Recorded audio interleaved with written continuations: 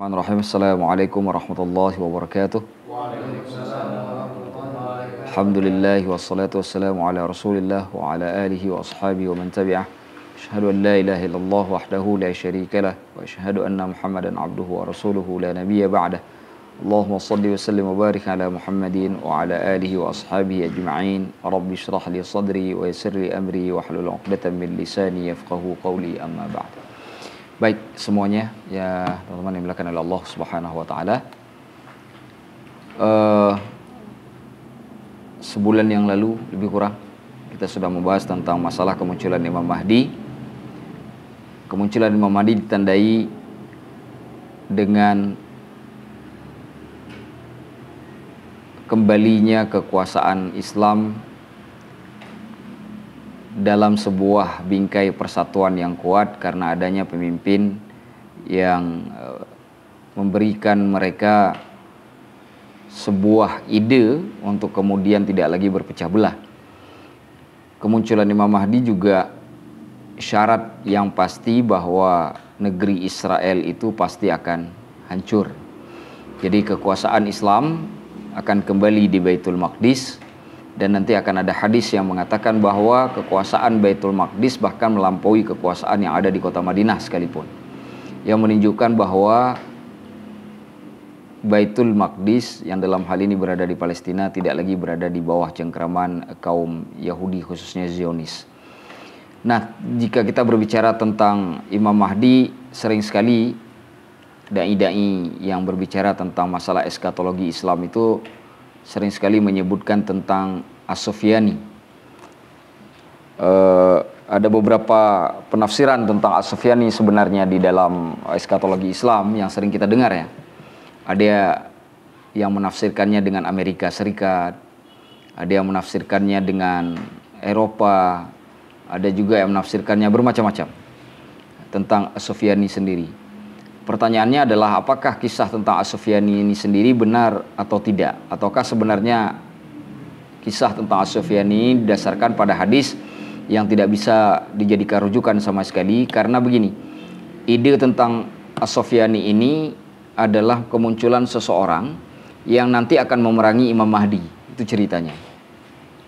Jadi dia akan menjadi orang pertama yang akan memerangi Imam Mahdi, yang kemudian nanti akan dikalahkan oleh Imam Mahdi. Cerita tentang As-Sufyani ini bisa kita temui di dalam beberapa kitab para ulama. Contohnya dalam kitab Faidul Qadir karangan Imam Al-Munawi. Imam Al-Munawi bahkan menukilkan perkataan dari Imam Al-Bastami yang menyebutkan bahwa As-Sufyani ini namanya adalah Muawiyah bin Ambasah. Orangnya punya postur yang sangat tinggi, wajahnya kurus, hidungnya mancung, dan ada pecahan sedikit di mata sebelah kanan. Itu ciri-ciri yang disebutkan oleh Imam Al-Bastami. Dan beliau juga menyebutkan bahwa Sufyani di awal kemunculannya ini orang yang sangat alim, bahkan sering berkhutbah di atas mimbar-mimbar masjid, khususnya di wilayah Syam ya.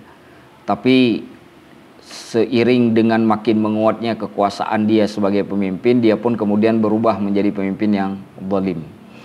Bukan hanya itu saja,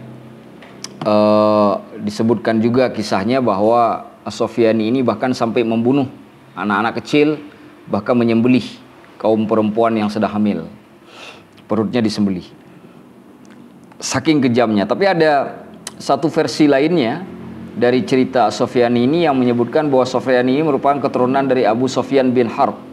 Abu Sufyan itu mertuanya Rasulullah. Jadi dari sisi ini kita tahu bahwa As-Sufyani itu merupakan keturunan dari Muawiyah bin Abi Sufyan, sahabat Rasulullah. Ini versi yang lainnya. Nanti munculnya di Maroko. Maroko itu di Afrika Utara ya. Nah, dari Maroko dia kemudian akan berangkat menuju Alexandria di Mesir, dan kemudian memporak-porandakan kota-kota di Mesir, membunuh sesuka hati, lalu berangkat ke wilayah Syam, ke Kufah, Baghdad, bahkan sampai ke Khurasan yang ada di Persia. Dan dia kemudian nanti dibunuh oleh seseorang yang bernama Al-Harith. Tetapi kisah-kisah ini hanya Allah yang tahu, entahkah benar atau tidak. Tapi cerita ini memang ada. Imam Al-Qurtubi dalam kitab Tadhkirah menyebutkan versi yang berbeda, yang mengatakan bahwa namanya itu adalah Urwah bin Muhammad As-Sufyani. Beliau menukilkan kisah ini didasarkan kepada riwayat Abdullah bin Mas'ud, di mana di dalam riwayat Abdullah bin Mas'ud disebutkan As-Sufyani itu mengirimkan 2 pasukan besar. Satu ke wilayah Kufah dengan jumlah prajuritnya sebanyak 15.000 orang, lalu mengirimkan 1 pasukan lagi yang juga sama berjumlah 15.000 orang ke Madinah. Nah, orang-orang Madinah itu semuanya ditawan oleh As-Sufyani. Nah, ketika dia ingin berangkat dari kota Madinah menuju Makkah, lalu dia dibenamkan di daerah yang bernama Al-Baida. Ya, jadi kalau teman-teman mendengar nanti di akhir zaman itu ada 1 pasukan yang nanti dibenamkan di daerah Al-Baida. Al-Baida itu di dekat Mekah, di daerah antara kota Madinah dan kota Mekah. Maka cerita itu adalah cerita terkait dengan As-Sufyani itu. Nah, dan itu heboh sekali. Karena kenapa menuju Mekah? Karena Imam Mahdinya ada di kota Mekah. Nah, itu yang terjadi. Jadi itu peperangan pertama Imam Mahdi nanti ketika setelah dibaiat. Tetapi bagaimana kita melihat hadis tentang As-Sufyani ini yang perlu kita bahas. Karena kalau teman-teman search di Google atau di YouTube tuh, As-Sufyani itu banyak sekali ceritanya. Macam-macam ceritanya. Sampai kita nggak tahu ini benar apa enggak ceritanya. Bahkan kita tidak tahu mana referensi dari ceritanya. Tapi itu banyak sekali cerita di YouTube itu. Coba aja search As-Sufyani. Semua orang berlomba-lomba untuk menceritakan tentang As-Sufyani, tapi tidak ada satupun yang membahas tentang hadisnya.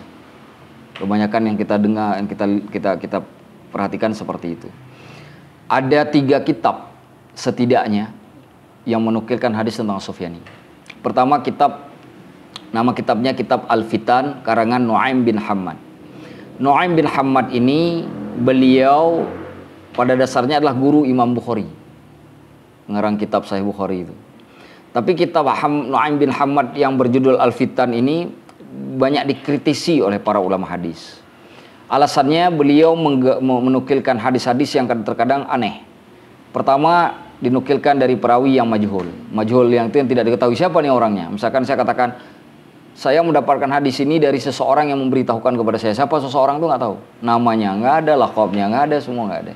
Itu banyak sekali dalam hadis kitab Al-Fitan itu. Sehingga para ulama berkesimpulan begini, kitab Al-Fitannya Nu'aim bin Hammad itu tidak bisa diterima sampai kita mengkaji secara mendetail hadis tersebut apakah benar dari sisi ilmu hadis atau tidak. Nah, itu warning dari para ulama hadis tentang kitab Al-Fitan. Tapi tidak sepenuhnya ditolak. Contoh Al-Hafidz Ibnu Hajar Al-Asqalani masih banyak menyebutkan nama beliau di dalam kitabnya Fathul Bari misalkan. Nah, hadis tentang As-Sufyani dalam kitab Nu'aim bin Hammad itu periwayatannya tidak jelas. Banyak perawi yang majhul. Ceritanya juga aneh-aneh. Nah, sehingga tidak bisa dijadikan patokan sama sekali dan tidak ada penguat sekali dari cerita. Tidak ada hadis lain yang menguatkan hadis yang ada dalam kitab Al-Fitannya Nu'aim bin Hammad. Ada satu kitab lagi namanya kitab As-Sunanul Waridah fil Fitan. Nama kitabnya As-Sunanul Waridah fil Fitan. Kalau mau cari hadis paling panjang, itu cari di kitab ini. Ada hadis itu sampai 3 halaman. Hadisnya panjangnya. Satu hadis itu bisa 3 halaman. Tuh. Kalau mau cari hadis paling panjang, kalau ayat Al-Quran kan ayat masalah hutang piutang tuh, yang paling panjang. Kalau hadis paling panjang carinya di kitab ini. Namanya As-Sunanul Waridah fil Fitan karangan Abu Amru Ad-Dani.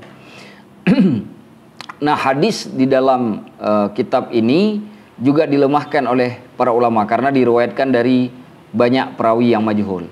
Bahkan ada salah satu perawinya yang bernama Abdurrahman bin Hani itu disebutkan oleh Ibnu Hajar merupakan perawi yang banyak melakukan kesalahan.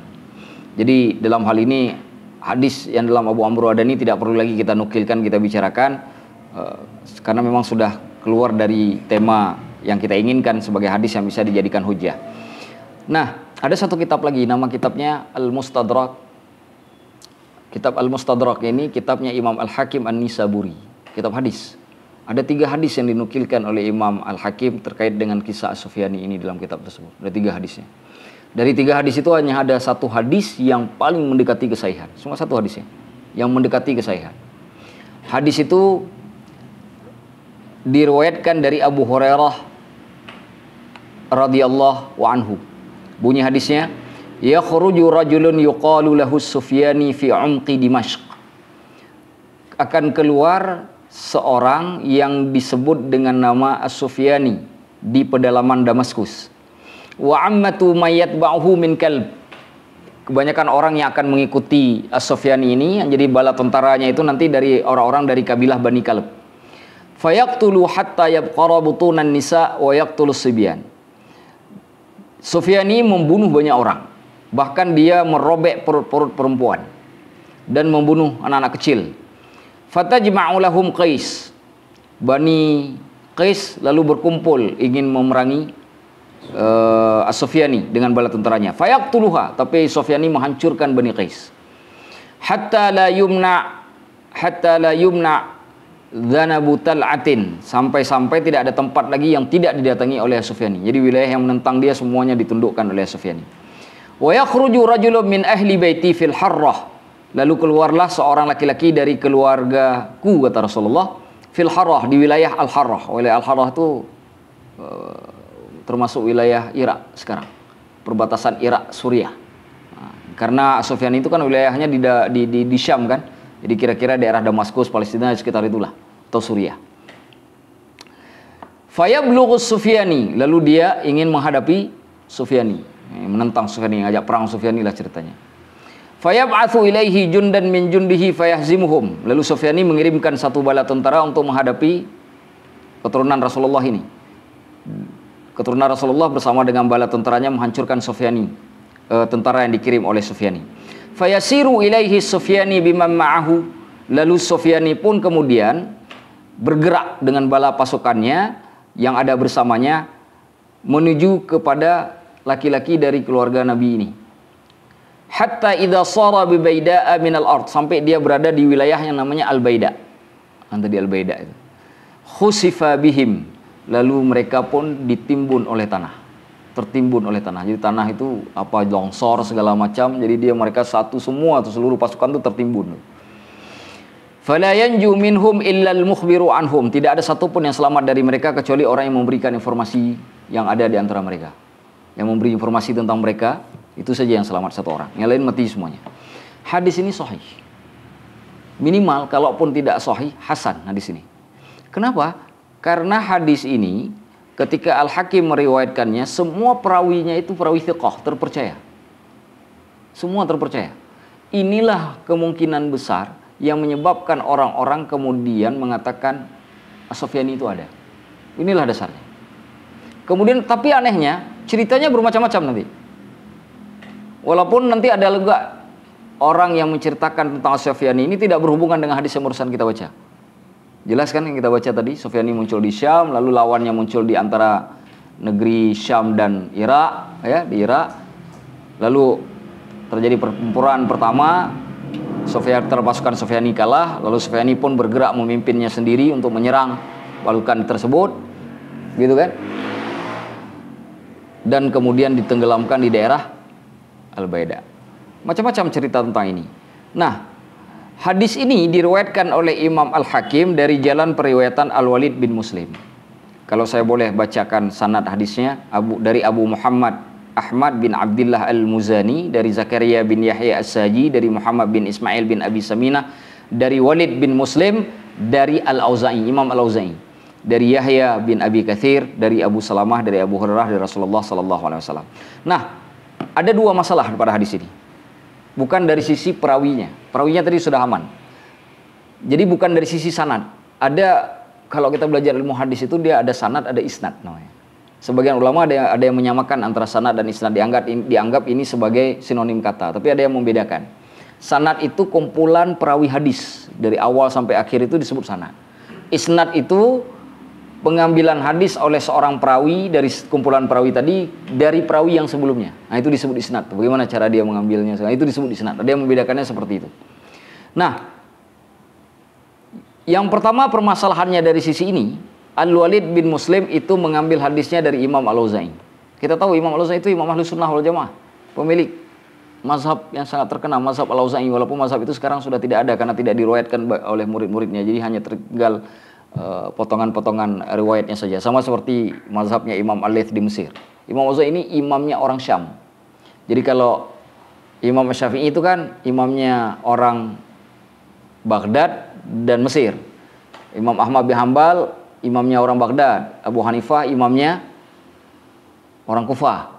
Al-Auza'i imamnya orang Syam. Nanti ada lagi Sufyan bin Uyainah itu imamnya orang Makkah. Nah, begitu itu harus tahu tuh. Imam Malik imamnya orang Madinah. Nah, itu jadi setiap wilayah itu ada imam-imam besarnya tuh. Nah, Al-Auza'i itu deh. Di mana letak masalahnya? Jadi dinukilkan oleh Ibnu Hajar Al-Asqalani dalam kitab Tahdzibut Tahdzib bahwa Al-Walid bin Muslim ini kalau ngambil hadis dari Imam Al-Auza'i itu suka sekali mentadlis. Tadlis itu begini. Saya misalkan ngambil hadis dari Habibullah. Habibullah ini perawi yang lemah. Habibullah mengambil dari Imam Al-Auza'i misalnya gitu ya. Habibullahnya yang lemah ini tidak saya sebutkan namanya, supaya tidak mengotori sanad. Lalu saya langsung mengatakan saya mengambilnya dari Imam Al-Auza'i. Saya sembunyikan itu. Atau sebaliknya, ada perawi dua orang Habibullah dengan dua nama. Ada dua orang nih, namanya sama-sama Habibullah, cuma mungkin satu Habibullah bin Muhammad, yang satu lagi Habibullah bin Abdullah. Nah, Habibullah bin Muhammad ini perawi yang sahih. Habibullah bin Abdullah itu perawi yang lemah. Saya ganti namanya, padahal saya ngambil hadisnya dari Habibullah bin Abdullah yang lemah, tapi saya ganti jadi Habibullah bin Muhammad. Nah, itu dalil dalam hadis itu. Dirubah nama. Atau lakabnya dirubah. Nah, misalkan ada orang tuh lakabnya terkenal kan. Nah, si ini lakabnya apa, gelarnya apa begitu kan. Lalu diganti lakab dengan lakab orang lain yang dianggap oleh ulama hadis itu adalah perawi yang sahih. Nah, itu kasus pada Walid bin Muslim kalau meriwayatkannya dari Imam Al-Auza'i. Nah, itu satu problem. Problem yang lainnya pada riwayat ini terkait dengan keyakinan Al-Walid bin Muslim sendiri ketika meriwayatkan tentang As-Sufyani. Di mana masalahnya? Disebutkan oleh Imam At-Tabari, saya bacakan saja. Imam At-Tabari itu dalam kitab Tarikh At-Tabari itu ketika menceritakan peristiwa pada tahun 195 Hijriah. Itu menyebutkan begini, ada satu bab beliau tulis dalam kitabnya namanya Kemunculan As-Sufyani di wilayah Syam. Duhurus Sufyani fi Syam. Nah, itu judul babnya. Ditulis oleh Imam Tabari. Apa kata Imam Tabari? Pada tahun itu muncullah As-Sufyani di wilayah Syam. Nah, berarti sudah muncul kan? Sudah muncul kan? Pada tahun berapa? Tahun 195 Hijriah. Sekarang udah 1400. 1000 lebih sudah. Itu udah lama sekali kan? Muncullah Sufyani tahun 195 Hijriah. Di wilayah Syam yang bernama Ali bin Abdullah bin Khalid bin Yazid bin Muawiyah. Muawiyah bin Abi Sufyan. Sahabat Rasulullah, jadi keturunan Abi Sufyan. Dia memproklamirkan dirinya sebagai khalifah pada bulan Zulhijjah di tahun tersebut, tahun 195 Hijriah. Sulaiman bin Abi Ja'far pun mengusirnya setelah dilakukan pengepungan terhadap dirinya di Damaskus. Kenapa dia memproklamirkan dirinya khalifah? Dia ribut sama Marwan bin Hakam, khalifah keempat dari daulah Bani Umayyah. Dia ingin jadi khalifah, tapi kalah saing dengan Marwan bin Hakam. Ini ceritanya nih. Maka dibuatlah kalimat As-Sufyani itu untuk menaikkan apa istilahnya? Pamor kesukuan, pamor nasab. Karena daulah Bani Umayyah ini kan berasal dari Muawiyah bin Abi Sufyan. Dia keturunan dari Muawiyah bin Abi Sufyan, sedangkan Marwan bin Hakam kan bukan keturunan Abi Sufyan. Keturunan Muawiyah. Iya kan? Tapi keturunan ayahnya Muawiyah bin Abi Sufyan. Jadi beda walaupun sama-sama Bani Umayyah, tapi tidak langsung anaknya Muawiyah. Nah, dia merasa dia lebih berhak. Yang menariknya, Marwan bin Hakam ini nikah sama ibunya si Ali bin Abdullah ini. Nikah sama ibunya. Jadi ini bertengkar antara anak tiri dengan ayah tiri. Lalu lahirlah kalimat As-Sufyani ini supaya orang-orang Syam saat itu, karena orang Syam kan pendukung Muawiyah bin Abi Sufyan, timbul kemudian rasa ta'assub kepada keluarga Bani Umayyah. Sehingga kemudian tidak mengizinkan Marwan bin Hakam jadi khalifah, dia yang jadi khalifah. Jadi itu ceritanya.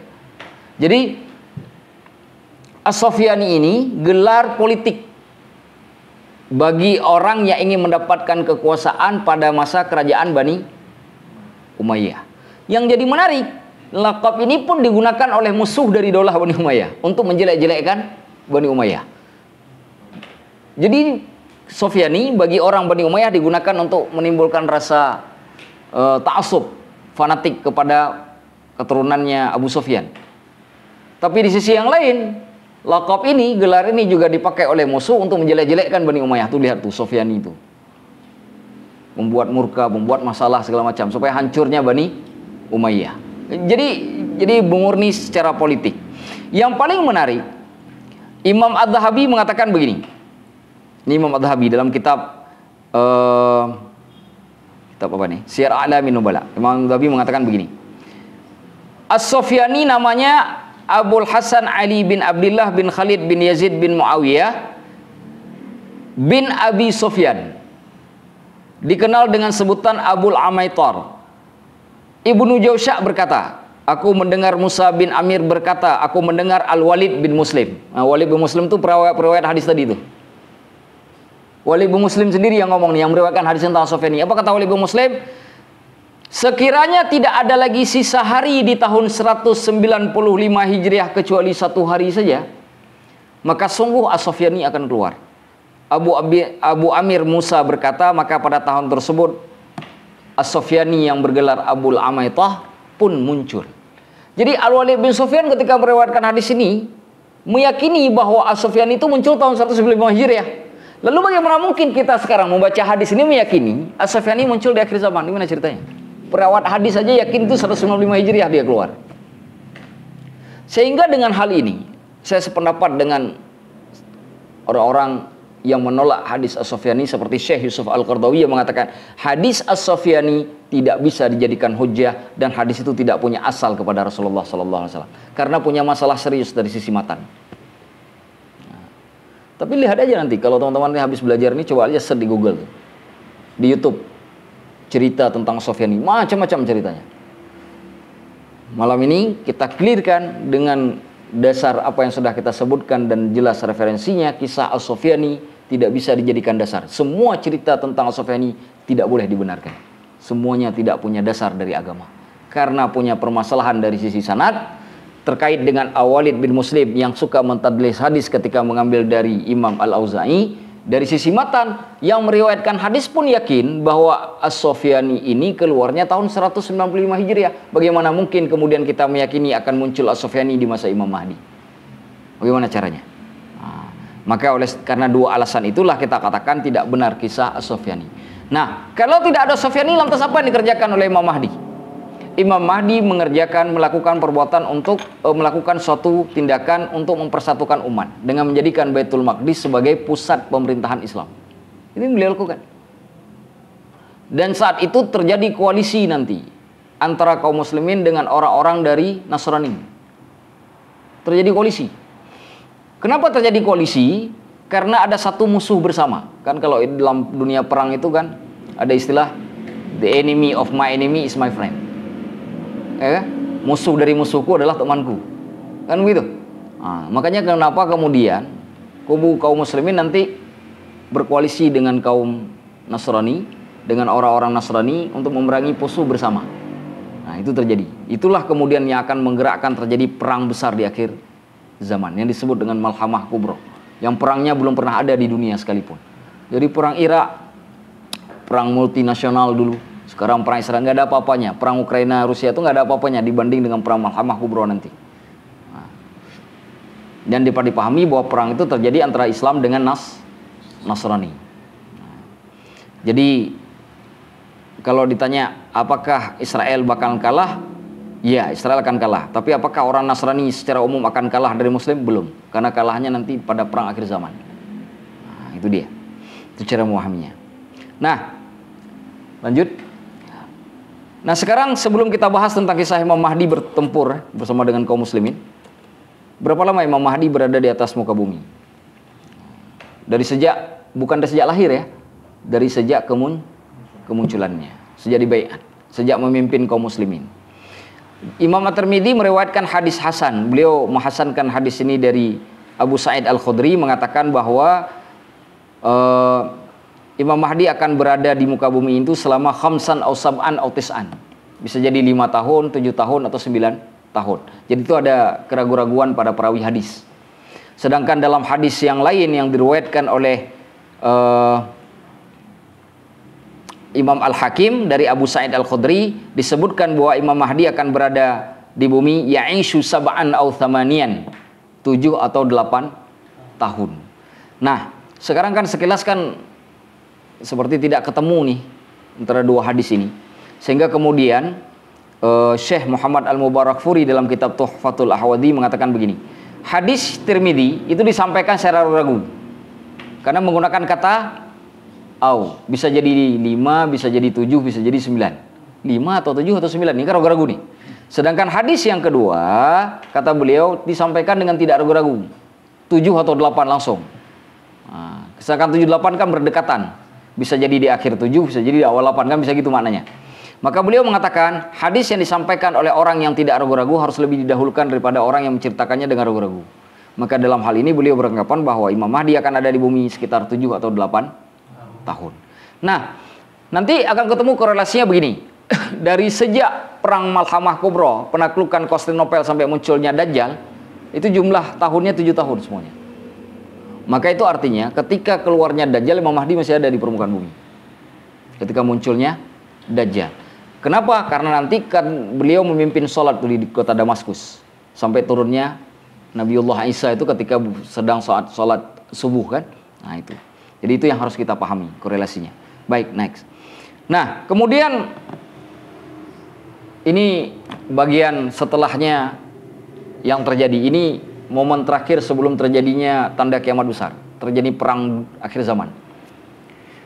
Perang akhir zaman itu disebut dengan Al-Malhamah Al-Kubra. Malhamah itu dalam bahasa Arab artinya, kata malahim ya, itu artinya bisa diartikan fitnah besar, bisa jadi peperangan besar, bisa jadi pertumpahan darah yang luar biasa. Itu kata malhamah. Kata kubro itu artinya besar dalam makna isim tafdil. Isim tafdil itu artinya makna lebih. Seperti kita mengatakan Allahu Akbar. Akbar itu maha besar. Maka kubro juga artinya sangat besar. Nah, sebagian ulama mengatakan malhamah kubro itu artinya peperangan yang terbesar yang pernah ada di atas muka bumi. Nggak ada lagi perang terbesar selain perang itu. Itu disebut malhamah kubro. Nah, pertanyaannya bagaimana cara memahami malhamah kubro ini? Ada satu hadis, kita mulai dari sebuah hadis dulu yang diriwayatkan oleh Imam Al-Hakim ya dari Mu'az bin Jabal. Hadis ini hadis mauquf menurut perkataannya Mu'az bin Jabal. Saya tidak tahu, tidak ada di situ ya. Hadisnya begini, saya bacakan saja. Umranu Baitul Maqdis. Kemakmuran Baitul Maqdis, kharabu Yathrib. Maka akan menyebabkan kehancuran kota Madinah. Itu hadisnya begitu. Jadi kalau makmurnya Baitul Maqdis, kota Madinah menjadi hancur. Wa kharabu Yathrib hudurul malhamah. Hancurnya Madinah akan terjadinya malhamah. Perang Malhamah Kubra itu. Wa hudurul malhamah fathul Konstantiniyah. Setelah perang Malhamah akan terjadi penaklukan Konstantinopel. Wa fathul Konstantiniyah khurujud Dajjal. Setelah penaklukan Konstantinopel maka akan terjadinya kemunculan Dajjal. Nah, jadi itu berurutan tuh. Kalau kita urutkan makmurnya Baitul Maqdis, hancurnya kota Madinah, kemudian terjadinya perang besar yang disebut Malhamah Kubra, lalu penaklukan Konstantinopel, baru dilanjutkan dengan turunnya atau munculnya Dajjal. Lalu Mu'adz bin Jabal menepuk bahu Umar bin Khattab. Umar bin Khattab kebetulan ada di sampingnya. Nah, ditepuk oleh Mu'adz bin Jabal bahunya Umar bin Khattab. Wallahi inna dzalika lahaqqun kama annaka jalis. Wahai Umar, yang apa yang kusebutkan tadi itu demi Allah sungguh akan terjadi sebagaimana sekarang engkau duduk saat ini di sini. Umar tidak mengatakan apapun. Artinya Umar setuju dengan perkataan Mu'adz bin Jabal. Nah, coba kita bahas dulu. Apa yang dimaksud dengan umranu Baitul Maqdis, makmurnya Baitul Maqdis? Sebagian orang itu menafsirkan begini. Makmurnya Baitul Maqdis berarti banyaknya pembangunan di Baitul Maqdis. Kalau kita lihat sekarang Palestina itu pembangunannya luar biasa. Pembangunannya sejak berada di tangan Yahudi, Israel. Tetapi para ulama tidak sependapat dengan pembahasan ini. Bagaimana mungkin hadis Rasulullah mengatakan kemakmuran Baitul Maqdis tapi berada di tangan Yahudi? Jadi menurut mereka yang dimaksud dengan makmurnya Baitul Maqdis bukan berarti adanya pembangunan di Baitul Maqdis atau di Palestina secara umum di bawah kekuasaan Yahudi, tetapi hancurnya kekuasaan Yahudi dengan kembalinya Baitul Maqdis ke pangkuan kaum muslimin. Itu yang benar. Apa dasarnya? Karena Imam Mahdi akan menjadikan Baitul Maqdis sebagai pusat pemerintahan Islam, di mana di sana ada muaskarul muslimin, base camp militer kaum muslimin di Baitul Maqdis. Yang menunjukkan seperti yang disebutkan oleh Said Hawa bahwa orang-orang Israel yang ada sekarang itu akan dikalahkan oleh kaum muslimin. Pasti kalah. Karena ketika Imam Mahdi keluar, Baitul Maqdis sudah berada di tangan kaum muslimin. Maka mesti orang-orang Yahudi sekarang itu harus kalah. Cuma kapan kalahnya kita belum tahu nih. Nah, itu aja permasalahannya. Jadi tidak ada lagi orang Yahudi sudah terpencar lagi. Dia nanti akan bersatu kembali ketika keluarnya Dajjal. Ngikut Dajjal, baru bersatu lagi dia. Nah, tapi sebelum Dajjal keluar, dia sendiri sudah centang perenang. Betul ya bahasanya, centang perenang ya. Nah, jadi kemakmuran Baitul Maqdis artinya kembalinya Baitul Maqdis sebagai pusat pemerintahan kaum muslimin, di mana saat itu pusat kaum muslimin di dunia itu adalah Baitul Maqdis. Saat itu. Yang kedua, hancurnya Yathrib. Hancurnya Yathrib itu tidak dimaknai dengan hancurnya kota Madinah. Gedung-gedung hancur, bukan. Kata Imam Ibnu Katsir, hancurnya kota Madinah itu bukan hancurnya bangunan di kota Madinah, karena hancurnya bangunan di kota Madinah nanti terjadi setelah keluarnya Dajjal. Sedangkan ini peristiwanya sebelum Dajjal. Maka beliau mengatakan yang dimaksud dengan hancurnya kota Madinah, banyaknya orang yang keluar dari kota Madinah menuju Syam. Karena Syam kan sudah jadi pusat pemerintahan. Orang cari rezeki kan. Sama kan seperti di Indonesia sekarang, dari daerah semua datang ke Jakarta. Kenapa? Karena ini ibu kota. Uang paling banyak itu ya adanya di sini kan begitu kan. Makanya mereka berdatangan ke sini cari rezeki lebih gampang dibanding di daerahnya. Maka begitu juga orang-orang Madinah akan keluar nanti dari kota Madinah menuju ke wilayah Syam, ke wilayah Baitul Maqdis. Karena sudah jadi pemerintahan Islam, yang menyebabkan kemudian kota Madinah jadi sepi. Karena jadi sepi, maka kota Madinah kemudian tidak lagi menjadi pusat. Karena yang jadi pusat, semua mata memandang ke arah Baitul Maqdis sebagai pusat pemerintahan saat itu. Nah, itu kata Ibnu Katsir, bukan kata saya. Ya, itu kata Ibnu Katsir. Makna yang kedua, hancurnya Baitul Madinah. Kota Madinah mah tetap ada, tapi akhlak dan moralitas orangnya sudah rusak. Saat itu. Makanya kan sederhananya begini, kenapa Imam Mahdi bikin pusat komandonya di Baitul Maqdis, kenapa nggak di kota Nabi? Kan beliau turunan Nabi. Secara logika kan harusnya di kota Madinah. Apa sebabnya beliau bikinnya di Baitul Maqdis bukan di kota Madinah? Karena di kota Madinah orangnya sudah sangat jauh dari agama. Mana dalilnya? Ada sebuah hadis diriwayatkan oleh Imam Muslim dari Abu Hurairah, "Badal Islamu ghariba." Islam itu dimulai dengan kondisi asing. Wa sayaudu kama bada'a ghariba. Tanda akan kembali juga nanti seperti permulaan dimulai, kondisinya juga dalam kondisi asing.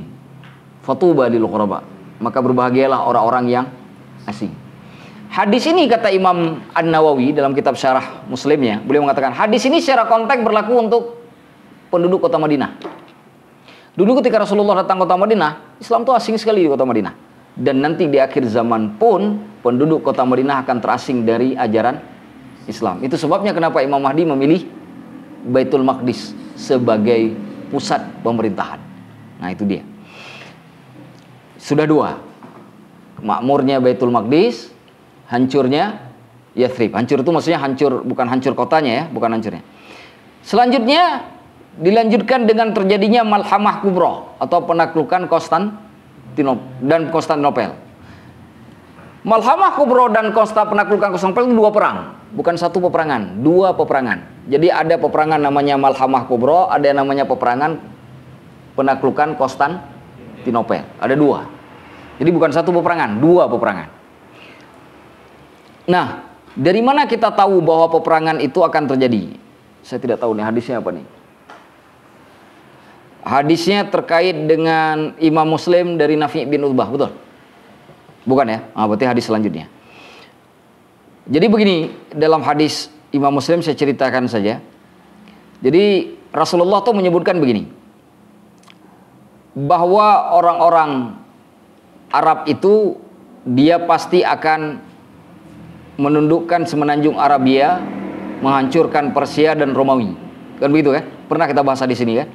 Lalu kemudian pada terakhirnya mereka akan menaklukkan Dajjal. Itu hubungan antara peristiwa dengan peristiwa. Nah, lalu ada hadis Abu Dawud dari Jubair bin Nufail. Bunyi hadisnya begini. Jadi suatu hari ada seorang sahabat Rasulullah SAW itu berangkat ke sebuah tempat namanya Dhi Mikhbar atau Dhi Mikhmar. Ini apakah Mikhbar apa Mikhmar, itu terjadi keraguan-keraguan dari perawi hadis. Lalu ditanya kepada sahabat Rasulullah itu terkait dengan perjanjian damai antara kaum muslimin dengan orang-orang Nasrani. Jadi kita nanti berkoalisi, ada perjanjian damai.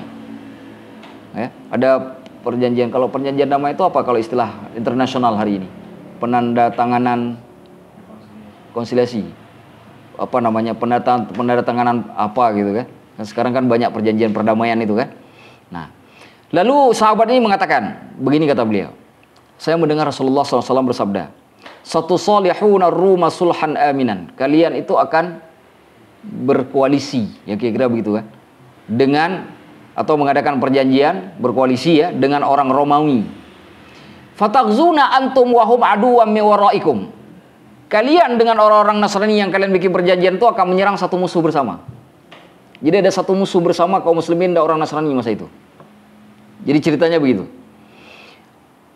Fatun saruna wa tagnamuna wa taslamun. Kalian akan menapati kemenangan, lalu mengambil harta rampasan perang dari kekalahan musuh tersebut, dan kalian akan membuat perjanjian damai. Thumma tarji'una hatta tanzilu bimarjin dhi tulul. Kalian nanti kemudian akan kembali dan berada di sebuah tempat yang punya tanaman yang sangat subur. Saya tidak tahu apa nama tempat itu. Pokoknya ada wilayah saat itu subur sekali tanamannya.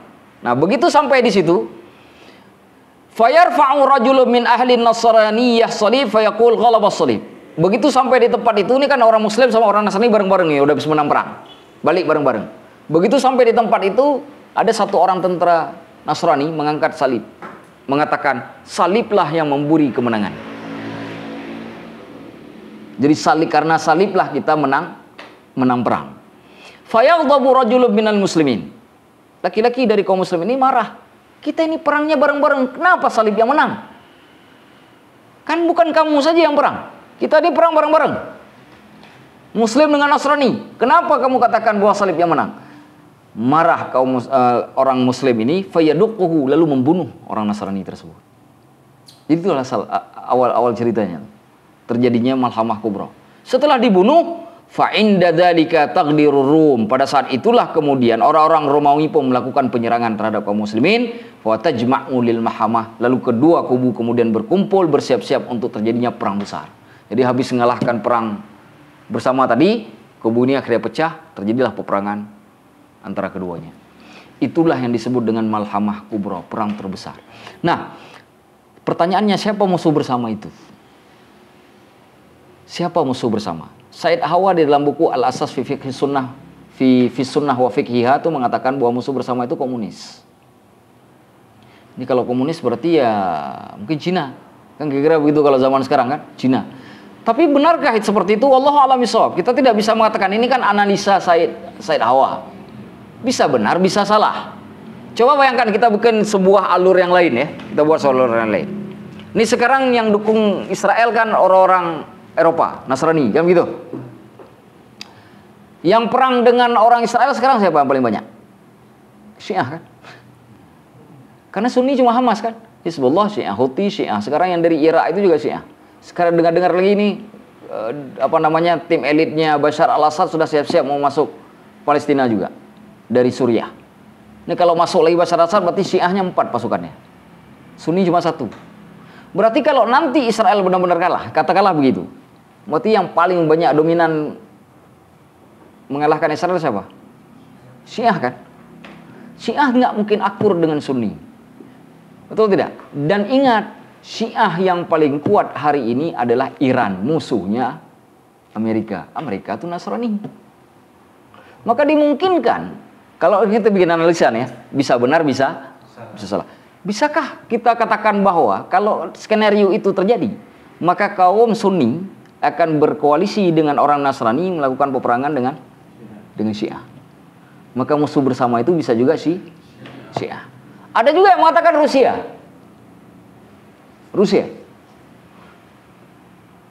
Karena Rusia sekarang kan sedang heboh-hebohnya melakukan kampanye anti Amerika.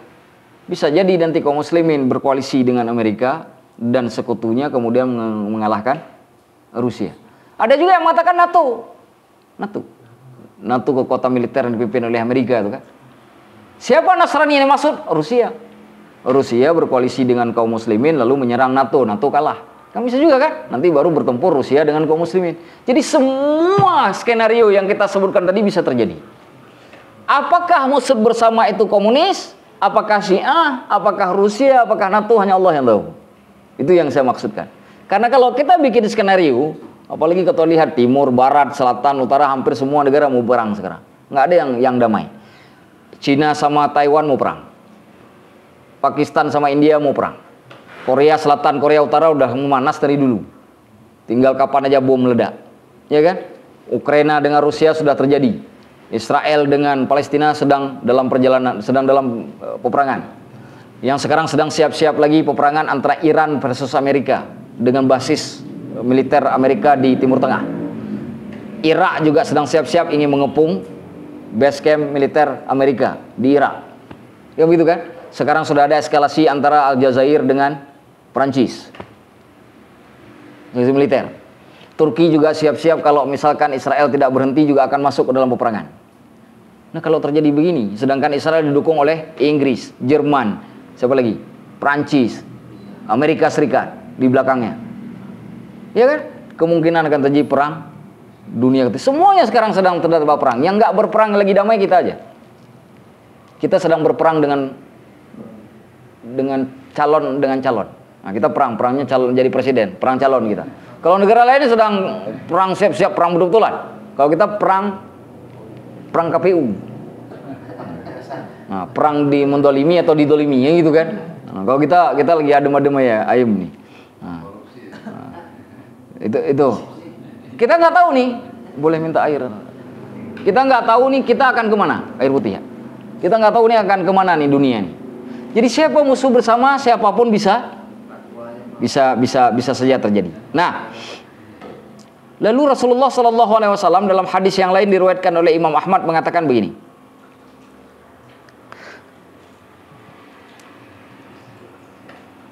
Beliau mengatakan, hudnatun takunu bainakum wa baina banil asfar fayasiruna ilaikum ala thamanina ghayah. Kata Rasulullah, akan terjadi perjanjian damai antara kalian wahai kaum muslimin dengan orang-orang Bani Al-Asfar. Bani Al-Asfar ini orang Romawi. Orang Romawi kan sekarang udah nggak ada Romawi kan? Siapa sekarang Romawi zaman sekarang? Keturunannya, berarti Eropa kan gitu. Nah, akan terjadi perjanjian damai. Tapi setelah perjanjian damai itu terjadi pertengkaran seperti yang diceritakan oleh hadis sebelumnya. Fayasiruna ilaikum ala thamanina ghayah. Mereka akan bergerak ke arahmu dengan 80 panji, 80 pasukan yang semuanya membawa panji. Nah, kalau misalkan satu pasukan ada 100.000 itu 800.000 orang. 80 panji. Bukan 8 panji, 80. Ya kalau 100.000 itu 8 juta orang. Kan gitu ya. Disebutkan di sini. Ternyata disebutkan jumlah pasukannya. Tahta kulli rayatin, di bawah setiap panji 12.000 pasukan. Ini hadis sahih nih. Jadi 12.000 satu panji dikali 80 panji. Kira-kira berapa orang itu? 12.000 dikali 80. 96 apa? 12.000 dikali 80. 900 juta. Ribu. 960.000. Rata-rata pasukan suatu negara itu ya berkisar di antara 40 sampai dengan 100.000 kan. Ya, paling besar itu yang kelas-kelas elit yang besar itu yang 200.000 orang. Itu kayak Cina gitu kan. Ya rata-rata kan 80 sampai 100.000 itu satu negara kan. Kalau 960.000 berarti kan itu semua kan. Semua kekuatan orang Nasrani masa itu 960.000 orang pasukan yang akan bergerak untuk menyerang kaum muslimin. Jadi perang besar. Belum pernah saya dengar ada orang berperang 960.000 orang di satu pihak. Ini pada pihak Nasrani, belum pihak kaum muslimin. Ya kan? Ini kalau ketemu berarti kan lebih jutaan orang itu akan berada di satu tempat untuk berperang. Fustatul muslimina yauma idzin, sedangkan kelompok kaum muslimin pada hari itu fi ardin yuqalu lahal ghutah fi madinatin yuqalu laha Dimashq. Sedangkan kelompok kaum muslimin saat itu berada di wilayah Ghutah yang ada di Damaskus. Jadi pusat pemerintahannya saat itu militer di Damaskus. Jadi begini, di Baitul Maqdis itu ada pusat, tapi juga ada base camp militer di Damaskus. Nah, di base camp militer Damaskus inilah tempat turunnya Nabi Isa nanti, sebelum berangkat ke Baitul Maqdis. Karena di Baitul Maqdis nanti dikepung oleh Dajjal. Sehingga pintunya ditutup, pintu gerbang kotanya ditutup, dikepung. Yang bergerak ke Baitul Maqdis nanti yang dari Damaskus. Yang ini nih. Inilah yang paling punya banyak peran, berarti Imam Mahdi ada di situ. Kenapa ada di situ? Karena pada saat nanti turunnya Nabi Isa, beliau memimpin sholat subuh di tempat itu, di Damaskus. Nah, singkat kata, ada sebuah hadis yang diriwayatkan oleh Imam Muslim dari Yusair bin Jabir. Oke. Lanjut. Yang ini hadisnya nih. Ini saya kasih arti saja. Hadis ini menjelaskan tentang bagaimana dahsyatnya peperangan Malhamah Kubro itu. Nah, kita baca saja ya. Kita baca saja. Saya tidak baca lagi karena hadisnya panjang nih, bahasa Arabnya saya baca bahasa Indonesia aja. Angin merah bergejolak di Kufah. Lalu seseorang datang yang tidak memiliki kebiasaan lain selain berkata, "Wahai Abdullah bin Mas'ud, kiamat telah tiba." Karena merah, langit merah. Pada masa itu, Yusair berkata, Ibnu Mas'ud duduk sambil bersandar lalu berkata, "Kiamat tidak terjadi hingga harta warisan tidak dibagi dan harta rampasan tidak membuat orang senang." Jadi di saat ada harta rampasan perang, orang udah nggak senang lagi. Kalau itu belum terjadi, kiamat nggak akan datang, kata Abdullah bin Mas'ud. Ibnu Mas'ud memberi isyarat dengan tangannya seperti ini. Dia menunjuk ke arah Syam, berarti ya kira-kira seperti inilah, sambil menunjuk ke arah Syam. Lalu berkata, musuh berkumpul untuk menyerang kaum muslimin dan kaum muslimin pun berkumpul untuk menghadapi mereka. Aku berkata, Yusair berkata, "Romawikah maksudmu, wahai Abdullah bin Mas'ud?" Kira-kira begitu. Abdullah bin Mas'ud menjawab, "Iya, saat perang itu serangan besar-besaran terjadi. Kaum muslimin mengirim sekelompok pasukan untuk mati." Jadi ngirim satu kompi pasukan, satu pasukan besar, tujuannya untuk mati. Apa artinya tidak untuk mati? Karena kalau dilihat dari besarnya peperangan yang akan terjadi, mustahil ini akan ada yang selamat dalam peperangan itu. Untuk tidak kembali kecuali dalam keadaan menang. Jadi mereka itu hanya dalam kondisi kalau kita nggak menang, sudah sampai detik darah penghabisan. Kira-kira begitu. Mereka menyerang hingga malam hari lalu kedua kubu kembali. Jadi perang terus berlanjut sampai malam hari. Baru keduanya berhenti. Masing-masing tidak menang dan sekelompok pasukan itu pun lenyap. Tidak ada yang menang. Setiap kelompok lenyap. Artinya apa? Hancur semuanya. Mati semuanya. Baik dari kalangan kaum muslimin maupun di kalangan kaum Nasrani. Ini satu pertempuran nih. Setelah itu kaum muslimin mengirim sepasukan lagi untuk mati, untuk tidak kembali kecuali dalam keadaan menang. Mereka menyerang hingga malam hari lalu kedua kubu kembali. Masing-masing tidak menang dan sekelompok pasukan itu pun lenyap. Untuk kali kedua terjadi lagi cerita yang pertama. Mereka menyerang hingga malam hari lalu kedua kubu kembali, masing-masing tidak menang dan sekelompok pasukan itu pun lenyap. Pada hari keempat, itu udah 3 hari berarti, betul-betul hari yang keempat, sisa kaum muslimin yang masih ada maju. Lalu Allah menjadikan kekalahan atas mereka orang-orang Romawi. Mereka membunuh banyak pasukan. Mungkin dia berkata tidak terlihat sepertinya atau berkata belum terlihat sepertinya. Hingga burung-burung yang berterbangan melintasi segala penjuru di atas mereka. Dan tidaklah burung melintasi melainkan pasti tersungkur mati. Jadi di tempat peperangan terjadi pada hari keempat itu saking dahsyatnya. Kalau ada burung yang melintas di atas tempat peperangan itu jatuh burungnya.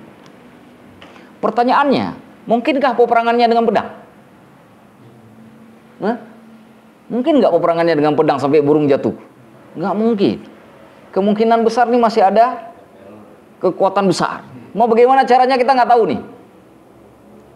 Sampai burung yang terbang di atas tempat peperangan jatuh tersungkur. Artinya mati jatuh. Akibat dari efek peperangan. Burung aja hancur. Apalagi binatang-binatang yang ada di darat. Satu kabilah yang ikut berperang menghitung. Tadinya berjumlah 100 orang, tapi mereka hanya menjumpai 1 orang saja. Jadi satu kabilah yang ikut dalam peperangan, 99 dari kabilah tersebut mati. Jadi kalau ada orang 1000 berarti 999 orang meninggal dunia. Cuma tinggal 1 orang. Dalam bahasa yang lain, hanya sedikit dari orang yang selamat dari peperangan itu. Kebanyakan meninggal dunia. Itu kalimatnya. Semua mati. Datang misalkan orang Depok di sini. Berapa? 20.000 orang Depok pergi ke situ misalkan. Pulang tinggal 50. Mana yang sisanya? Udah mati semua. Nah, kira-kira begitu ya. Kira-kira begitu. Maka harta rampasan perang mana yang bisa membuat senang, atau harta peninggalan mana yang bisa dibagikan? Itu kata Abdullah bin Mas'ud. Kalau terjadi seperti itu, kita nih datang misalkan rame-rame nih. Ada adik, ada abang, ada ayah berperang. Tiba-tiba kita hanya tinggal sendiri. Adik mati, ayah mati, atau anak kita mati. Apa mau dibanggakan lagi? Melihat harta rampasan perang pun sudah tidak lagi kita inginkan. Karena orang yang kita cintai semuanya sudah mati dalam peperangan itu. Saking beratnya peperangan tersebut. Jadi dalam bahasa lain, kaum muslimin menang perang Malhamah Kubro, tapi kerugian yang dirasakan itu sangat besar.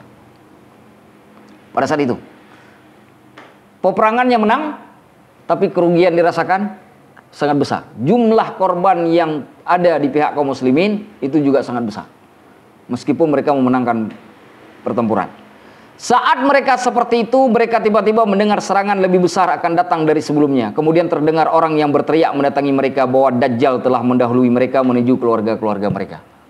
Tiba-tiba ada orang teriak.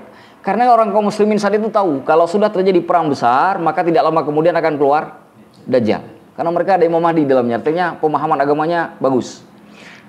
Tiba-tiba ada orang teriak, mungkin teringat dengan cerita itu.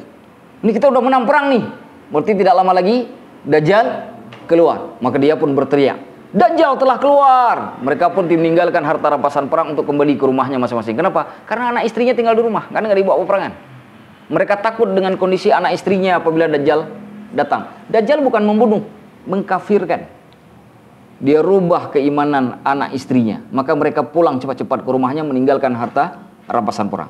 Maka mereka pun membuang yang ada di tangan mereka kemudian pulang. Nggak ada yang diambil. Harta rampasan ditinggalkan oleh mereka sama sekali. Setelah itu mereka mengirim 10 tentara berkuda ke depan. Rasulullah bersabda. Ini kata Abdullah bin Mas'ud. Rasulullah mendengarnya dari Rasulullah. Sesungguhnya aku mengetahui nama-nama mereka. 10 orang berkuda ini ketika dikirim kembali. Siapa yang 10 kuda ini? Kalau bahasa intelijen, ini orang yang mencari berita, formasi. Apa? Scout ya, kaum pasukan scout. Scout itu kan cari berita tuh. Ya. Kaum intelijen paling depan itu cari berita. Mereka bukan untuk berperang, mengumpulkan informasi. 10 orang. Aku mengetahui nama-nama mereka, kata Rasulullah, nama-nama ayah mereka dan warna kuda-kuda mereka. Mereka adalah tentara berkuda terbaik di muka bumi saat itu. Atau termasuk dari tentara berkuda terbaik di atas bumi saat itu. Itu kata Rasulullah. 10 orang ini. Nah, yang jadi masalah sekarang, peperangan sudah selesai terjadi. Dan kalau kita lihat redaksi hadisnya, peperangan tidak terjadi di wilayah Eropa. Terjadinya di mana? Di dekat wilayah kaum muslimin. Betul tidak? Di wilayah kaum muslimin. Karena hadis menunjuk tempat wilayah Syam, Damaskus, Suriah. Yang menunjukkan peperangan dengan orang Nasrani terjadi di wilayah timur, bukan di barat. Kenapa terjadi di wilayah timur? Karena pertempuran di barat itulah yang masuk pada pertempuran kedua pada saat penaklukan Konstantinopel. Itu yang harus dipahami. Jadi dua peperangan yang terjadi antara kaum muslimin dengan Nasrani nanti di akhir zaman. Satu disebut Malhamah Kubro terjadinya di timur, yang satu lagi penaklukan Konstantinopel nanti terjadinya di barat. Nah, pertempuran yang terjadi di timur kaum muslimin menang, tapi kerugiannya sangat besar. Orang yang meninggal sangat banyak. Mereka pun kemudian bergegas pulang karena ada orang teriak akan keluarnya Dajjal. Tapi keteriakan ini tidak menunjukkan Dajjal keluar. Karena ini hanya teriakan orang saja. Dajjal belum keluar. Karena Dajjal tidak keluar, maka mereka mengirim pasukan pengintai untuk mencari informasi lanjutan terkait dengan, kan ini nggak mungkin berakhir karena orang Eropa kan masih ada. Maka kaum muslimun pun kemudian bersiap-siap untuk berangkat ke barat, ke Eropa, ke barat, ke wilayah barat untuk bertempur kembali dengan kaum Nasrani. Inilah yang disebut dengan penaklukan Konstantinopel. Kalimat penaklukan Konstantinopel itu bukan penaklukan Konstantinopel dulu pada masa Sultan Al-Fatih.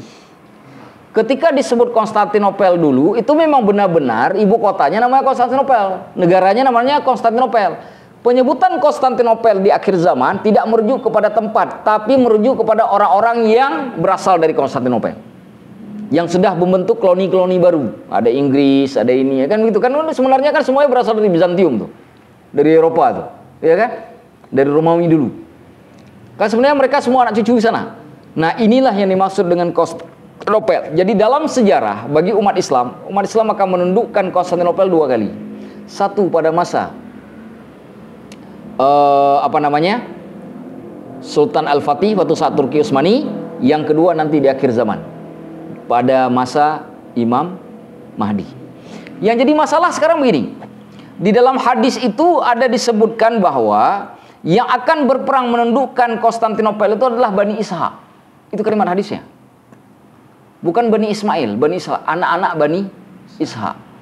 Imam An-Nawawi mengatakan Bani Ishaq yang dimaksudkan dalam hadis itu maksudnya adalah orang Arab. Meskipun penyebutannya Bani Ishaq, tapi yang dimaksudkan adalah orang Arab. Kemungkinan besar Imam An-Nawawi mengatakan itu karena Imam Nawawi kan tidak hidup di zaman penaklukan Konstantinopelnya Sultan Al-Fatih. Kan tidak melihat Imam Nawawi. Sekiranya Imam Nawawi hidup zaman itu, pasti Imam Nawawi mengatakan bahwa dimungkinkan Konstantinopel itu ditundukkan oleh orang non-Arab. Karena Sultan Al-Fatih kan bukan orang Arab, orang Turki, non-Arab. Maka kata Syekh Umar Sulaiman Al-Ashqar, dimungkinkan juga penaklukan Konstantinopel yang kedua di akhir zaman nanti berada di tangan orang non-Arab. Dalam bahasa yang lain, pemimpinnya orang Arab tapi pasukannya bisa saja bukan Arab. Apakah dari Indonesia, Ustaz? Bisa jadi. Ataupun salah satu. Hanya Allah yang tahu. Tidak ada penjelasan dalam hadis apapun orang mana mereka. Hanya itu saja penjelasannya tentang Bani Ishaq. Yang jadi masalah adalah hadis itu menyebutkan peperangan itu akan terjadi di wilayah yang ada pohon zaitun. Itu pertama tuh, isyarat hadisnya. Pertama, ada pohon zaitun wilayahnya. Yang kedua, wilayah tersebut setengahnya berada di darat, setengahnya lagi berada di air. Artinya kota tersebut memadukan wilayah darat dan wilayah air. Kan banyak tuh kota-kota Eropa tuh yang memadukan darat dengan lautan. Ya kan? Nah, dari mana kita tahu hal tersebut? Salah satunya adalah hadis Imam Muslim. Disebutkan oleh Imam Muslim di sini. Fabainama hum yaktasimunal ghanaim qad 'allaqu suyufahum bizaitun. Tatkala mereka sedang membagikan harta rampasan perang, mereka meletakkan pedang-pedang mereka di pohon zaitun. Ini setelah perang Konstantinopel. Pertanyaannya, berarti kan ada pohon zaitun di tempat itu, di wilayah barat itu. Hadis yang lainnya menyebutkan bahwa Rasulullah SAW bertanya kepada kaum muslimin saat itu terkait dengan suatu kota. Nabi mengatakan begini. Ini hadisnya Imam Muslim juga. Sami'tum bimadinatin janibum minha fil barri wa janibum minha fil bahr. Kalian pernah dengar nggak satu kota yang setengah bagiannya itu ada di darat, yang setengah lagi ada di laut? Pernah dengar nggak? Itu kata Nabi kepada para sahabat. Yang menariknya para sahabat menjawab, "Na'am ya Rasulullah." Iya ya Rasulullah, kami pernah dengar. Pertanyaannya, sekarang para sahabat pernah dengar ada kota, ada negara, ada wilayah yang setengahnya di darat, setengah di laut. Coba kita berpikir, kira-kira sahabat itu merujuk ke kota apa ya? Di Irak itu saya nggak menemukan ada kota yang setengahnya di darat, setengahnya di air. Nggak juga di Yaman, nggak juga di Semenanjung Arabia. Nggak ada kota itu. Karena kota-kota yang ciri ini kebanyakan adanya di Eropa, bukan di Arab. Tapi yang menariknya para sahabat menjawab, "Na'am ya Rasulullah." Benar ya Rasulullah, para sahabat pernah dengar. Arti pernah dengar kan nggak mesti harus mendatangi dong. Tapi pernah tahu kan? Kan itu kalimatnya. Itu jadi menarik. Syekh Umar Sulaiman Al-Ashqar menafsirkan. Kata beliau, kota itu adalah kota Al-Bunduqiyah. Bunduqiyah dalam bahasa Arab, bahasa Latinnya Venesia. Di mana Venesia itu? Di Italia. Tempat adanya Vatikan. Yang menjadi pusat kaum Nasrani. Itu yang menarik itu. Saya berpikir begini, kenapa Syekh Umar Sulaiman Al-Ashqar itu mengatakan begitu? Saya lihat baca bukunya, beliau mengatakan begini. Saya sudah datang ke kota itu. Saya tidak pernah melihat satu kota pun yang mirip dengan apa yang disampaikan oleh Nabi daripada kota Venesia. Di kota Venesia itu banyak rumah makan, hotel-hotel itu di atas air. Maka dia punya transportasi air tuh untuk keliling-keliling restoran dan hotel-hotel itu. Naik boat. namanya perahu panjang itu namanya gondola itu, naik gondola itu. Karena nggak bisa lalui darat, memang air semua. Jadi kalau lagi banjir ya masuk ke dalam restoran itu, gondola itu. Dan satu-satunya wilayah yang paling banyak zaitun di Eropa, Italia. Juga Italia. Coba cari dia. Italia itu salah satu produsen minyak zaitun terbesar di dunia. Betul nggak? Pernah dengar nggak? Italia, negara dengan tingkat produksi zaitun terbesar di dunia. Selain dari negara-negara Arab ya. Italia. Artinya apa? Banyak sekali pohon zaitun. Tadi di mana kaum muslimin menempatkan pedang-pedangnya? Di pohon zaitun. Kenapa di pohon zaitun? Karena saking banyaknya pohon zaitun kan? Tancap saja pedang di pohon zaitun. Ya enggak? Mungkin, jadi saya berpikir mungkin itu alasan dari Syekh Umar Sulaiman Al-Asqar menafsirkan Venezia atau Italia secara keseluruhan. Tapi begini, kita tidak ingin menunjuk tempat. Kalaupun itu benar, tetap kita katakan wallahu a'lam bishawab. Kan begitu? Yang menarik dari cerita penaklukan Konstantinopel itu, ternyata tidak seperti perang Malhamah Kubra. Kenapa tidak sama? Karena dalam perang tersebut disebutkan di dalam hadis, fa idza ja'uha nazalu falam yuqatilu bisilahin walam yarmu bisahmin. Jadi ketika kaum muslimin datang ke wilayah tersebut, kaum muslimin enggak berperang pakai pedang dan juga tidak menembakkan panah. Jadi enggak ada peperangan lagi. Peperangan sudah terjadi di timur. Penaklukannya seperti penaklukan Umar bin Khattab terhadap Baitul Maqdis dulu tanpa ada satu detes darah pun. Apa yang terjadi? Qalu la ilaha illallah wallahu akbar. Ketika sampai di kota itu, kaum muslimin hanya mengatakan la ilaha illallah wallahu akbar. Fayasqutu ahadu janibaiha. Maka salah satu dari sisi kota tersebut jatuh dengan sendirinya. Hanya dengan kalimat la ilaha illallah. Lalu ketika diucapkan kalimat yang sama, satu sisi yang lainnya pun juga jatuh. Pada saat itulah kemudian kota tersebut tunduk di kaki kaum muslimin. Dan kemudian kaum muslimin melakukan pengambilan rampasan perang. Di saat kaum muslimin sedang sibuk mengambil rampasan perang, muncullah suatu suara yang mengatakan, Innad dajjala qad kharaj. Sesungguhnya Dajjal telah keluar. Fayatrukuna kulla syai'in wa yarji'un. Pada saat itulah kaum muslimin meninggalkan semua harta rampasan perang dan kembali ke wilayahnya masing-masing. Ini kalimat teriakan ini menunjukkan Dajjal benar-benar keluar. Jadi setelah penaklukan kota Konstantinopel, Dajjal benar-benar keluar. Pertanyaannya, apa menyebabkan Dajjal keluar? Karena musuh saat itu bagi kaum muslimin sudah tidak ada. Karena Nasrani sudah selesai. Yahudi sudah centang perenang. Kalau Dajjal nggak keluar, kaum muslimin akan menguasai dunia. Maka Dajjal segera keluar mengumpulkan pasukan kaum Nasrani Yahudi agar kaum muslimin jangan sampai menguasai dunia. Itu sebabnya kenapa Dajjal ketika keluar pas ketika kaum muslimin baru selesai berperang. Orang baru selesai berperang kan masih sedang dalam kondisi capek. Pengaturannya belum maksimal. Jadi posisi kaum muslimin saat itu masih dalam keadaan tertekan. Jadi saat itulah Dajjal memanfaatkan dia keluar sehingga dia bisa datang ke wilayah manapun dengan sangat leluasa. Kaum muslimin tidak bisa berbuat banyak saat itu. Ketika berita Dajjal sudah keluar, seluruh orang kaum muslimin semuanya berlarian. Ada yang masuk, kalau disebutkan dalam hadis itu ada yang masuk ke dalam benteng, ada yang lari ke gunung-gunung, ada yang masuk ke dalam goa, nggak ada yang keluar lagi. Satu-satunya fitnah yang nggak boleh dihadapi di dunia ini adalah fitnah Dajjal. Kalau ketemu dengan fitnah Dajjal, Nabi nyuruh lari. Fitnah yang lain boleh dihadapi, tegap, dimungkinkan kita kuat. Tapi fitnah Dajjal kita nggak kuat, disuruh lari. Saat Dajjal keluar, dia keluar di wilayah timur. Sampai nanti dia datang ke kota Madinah sebelum dia menuju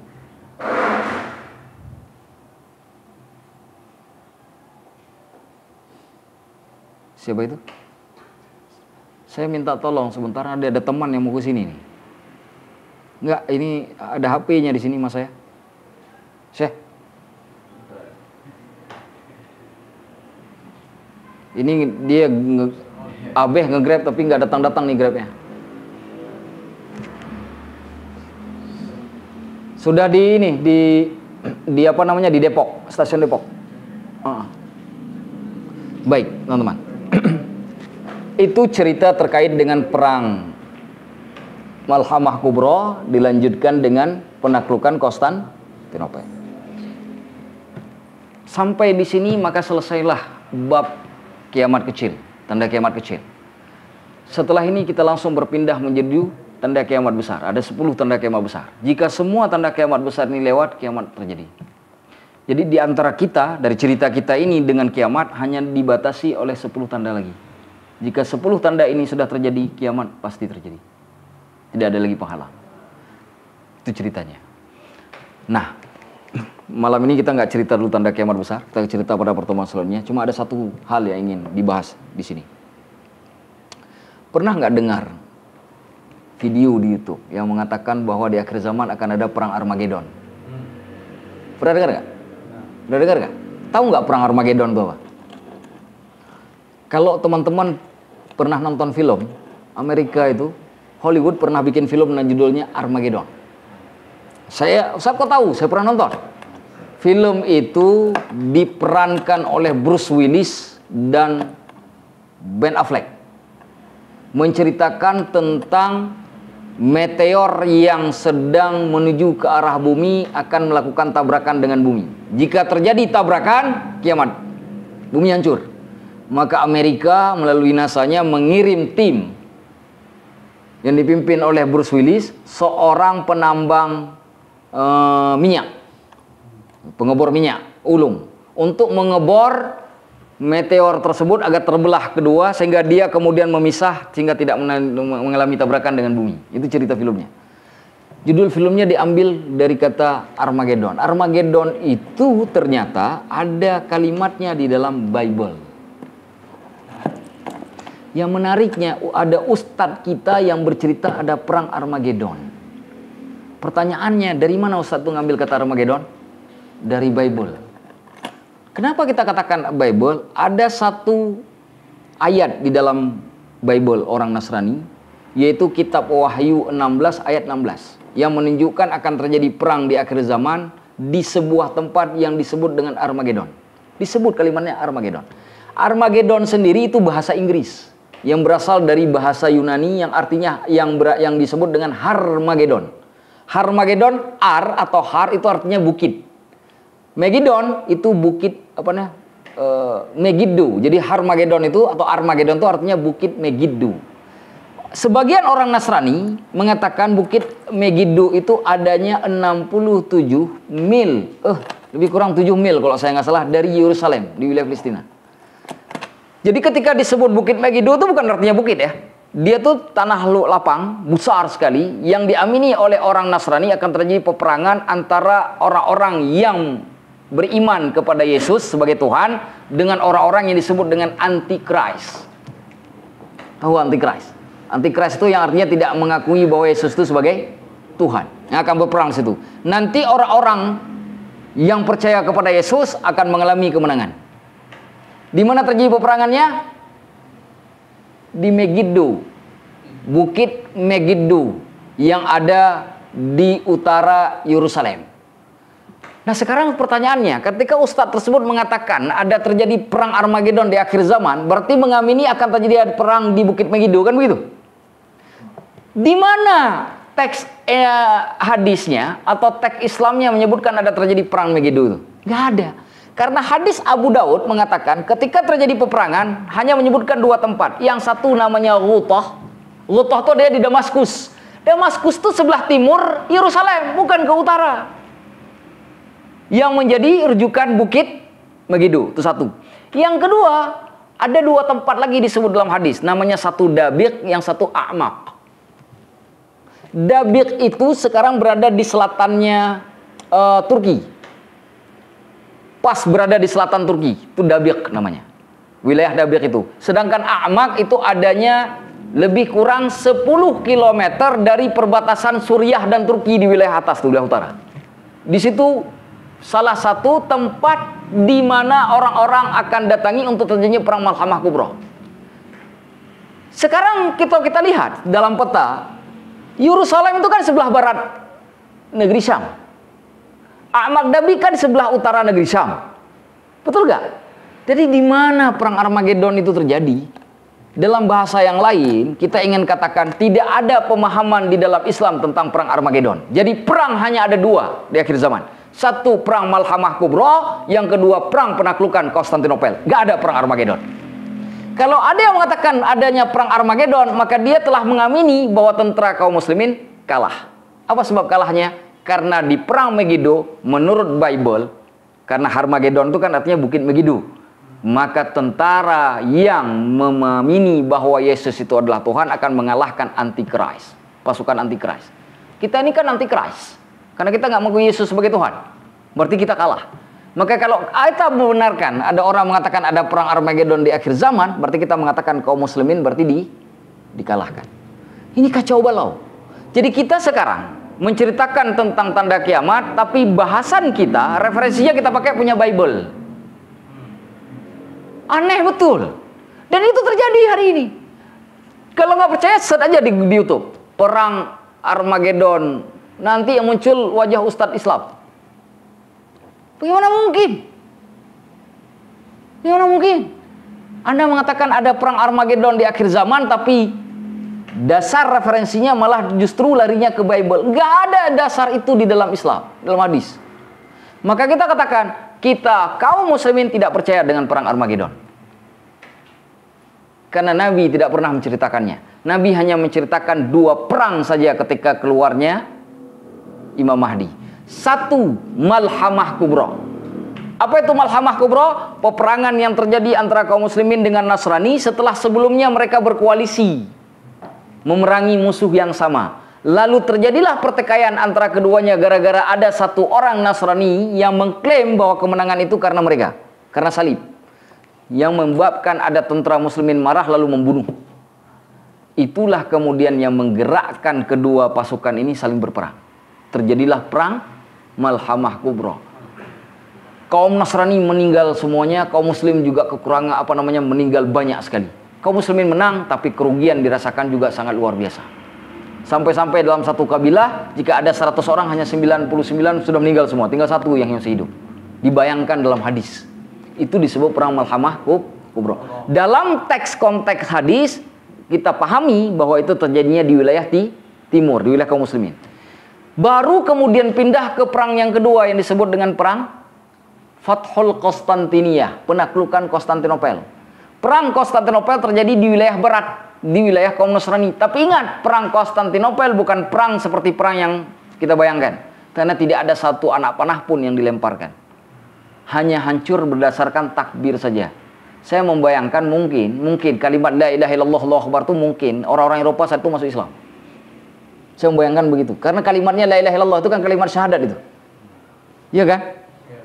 Kalimatnya kalimat syahadat itu. Kemungkinan besar. Kenapa tidak terjadi peperangan? Orang-orang Nasrani sudah tidak sanggup berperang. Sudah kami menyerah dan kami masuk Islam. Maka tidak diperangi lagi. Sehingga wilayah itu semua orang kemudian menjadi Muslim. Sampai keluarnya Dajjal. Karena musuh saat itu bukan lagi Muslim dengan Nasrani, tapi Muslim lawan Yahudi yang dikumpulkan kembali oleh Dajjal. Itu ceritanya. Jadi kalau ada yang menceritakan ada perang Armageddon, kita katakan tidak benar ada perang Armageddon. Yang harus berani membantah. Mana dasar perang Armageddon?